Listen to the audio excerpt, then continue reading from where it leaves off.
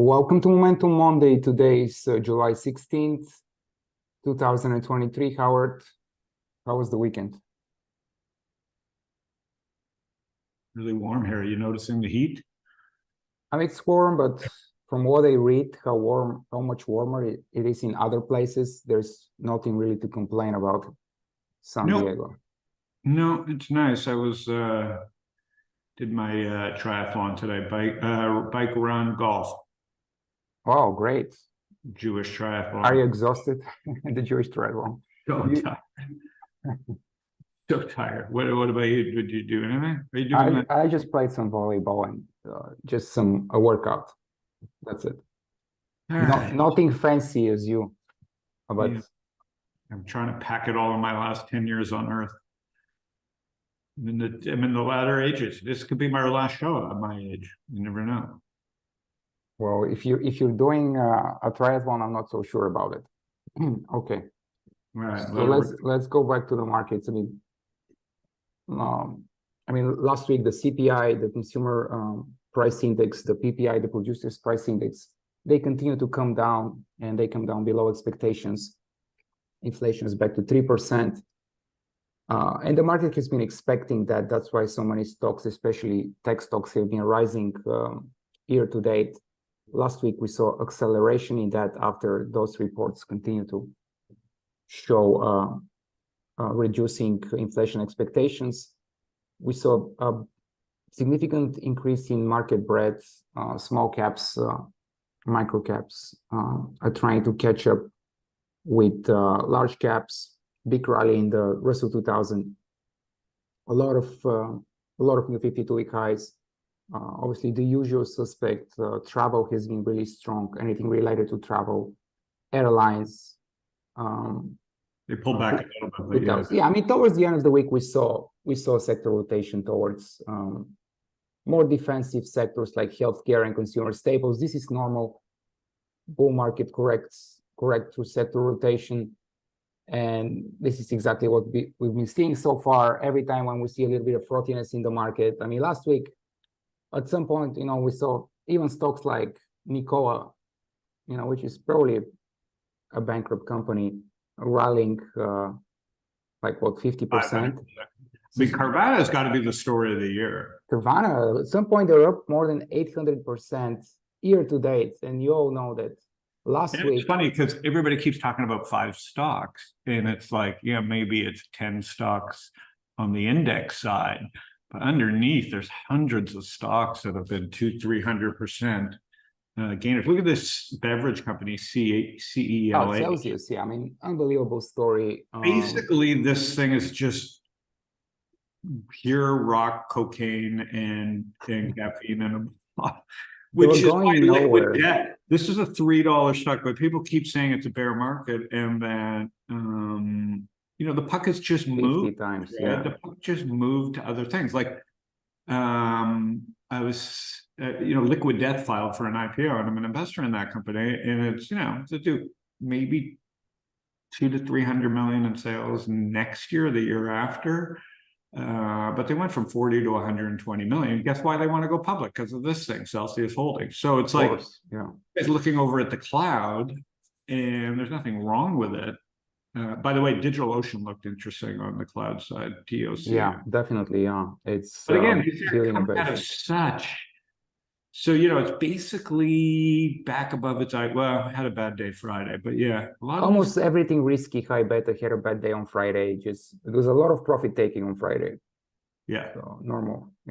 Yeah, a lot of profit taking. Earnings are coming up. They may sell into. I mean, it's been such a good run, and you starting to hear people start to finally call the bottom when the bottom kind of happened summer of last year. I mean, it didn't look good, but October, yeah. You're kind of a year into the recovery. Now they're saying soft landing.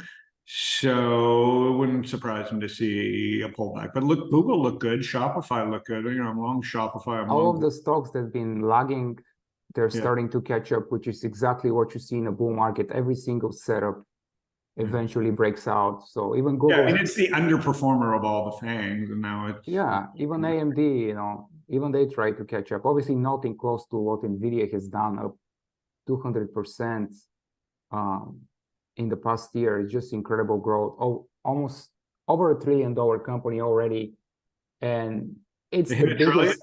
They hit a trillion, yeah. Oh, just a few weeks ago, it's the biggest growth story for the past 10 years. It's up 130 times in the past 10 years. NVIDIA. It used to More be than Tesla? Is that more than Tesla? a lot more than Tesla. Tesla is up only 30 times, and AMD in the past 10 years. NVIDIA 130 times, and then Apple only 10 times, just to compare. Like NVIDIA definitely the biggest grower in the past decade. Incredible. Just like Monster Energy used to be in the previous decade, you know, the early 2000s, they had that huge growth story here. Yes, the beverage continues to be, I was saying Shopify looked good too. It broke out above 70. Oh yeah, definitely. Shopify, But they again, came out with that big new AI assistant that they're promoting. Everyone is building something related to AI, and the market is just reacting. And definitely a high volume breakout last week. And you can see on the weekly that the stock's going up on really big volume, pulling back on low volume. So this is constructive price action. But look at all that distribution in like 22, early 22, preceding the fall. Anything tech last year when the market was worrying about rising interest rates was really slammed. I mean, even Tesla went from 400 to 100. People forget that 75% drop. Now it's back to almost new 52-week highs. I don't think it'll be as easy now as it was. You know, you got interest rates high. You still have the war going on. So I don't think it'll be as easy as, you know, the people that took risk and really were good tape readers have had a good run. But the law of large numbers are going to catch up to a lot of this stuff, and oil prices are still high. So I just think it's a good stock pickers market. There's a lot going on with rotation and stuff. Yeah, I mean, rotations definitely is keeping it interesting. There's something going on every day. Even on Friday, when most stocks sold off, we had, you know, some significant high volume breakouts like this one in biotech. What does that look like? Was there news there? I'm not sure. I think there was some type of news. Yeah, big volume breakout. This is typically how longer term. You talked about INMD kind of broke out. Yeah, INMD, they tried to break out, didn't hold it on Friday. We'll see if they catch up. This is now in biotech. Yeah, that looks good too. ARCT breaking out. So iSurgical, I mean, on Friday, I think UNH reported United Health.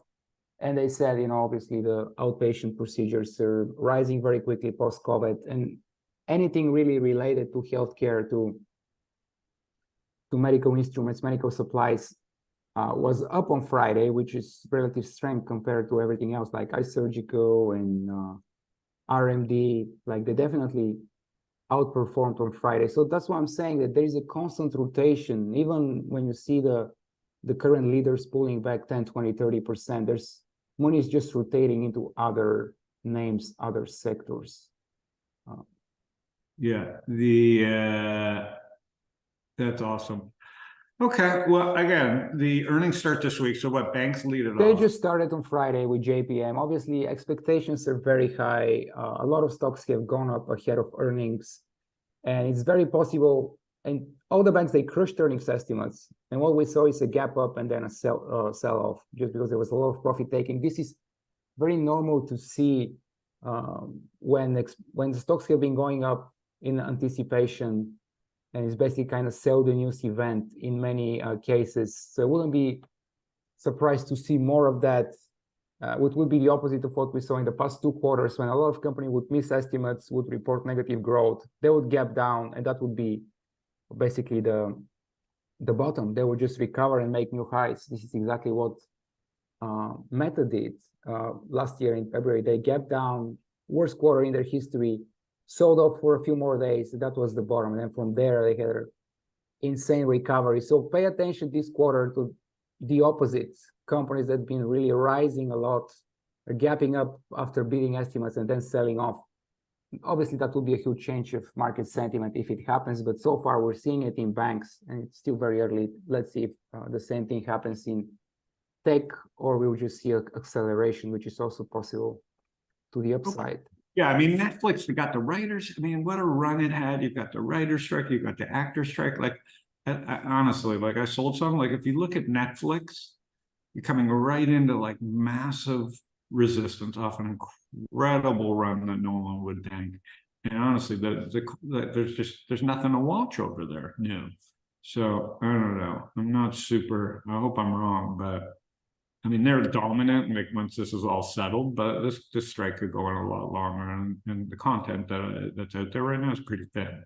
So I think there's a lot of people juiced up and chasing here. So I think I wouldn't be surprised with a week or two or pullbacks, but I'm not shorting anything. I'm just I mean, a lot of chasing, but you don't need to short to make money in this market. Yeah, but when you start seeing Cardano up 800% and like Nicola, Beyond Meat, when those names start to rally, it's usually a rug pull, and we kind of saw it on Friday when there was a pretty steep reversal in most of the momentum names, and obviously anything crypto related has been super hot. It's been leading year to date. Well, everybody's just looking for the little bit of good news. Like, since Ripple's not going to lead us out of hell, and the miners have already doubled.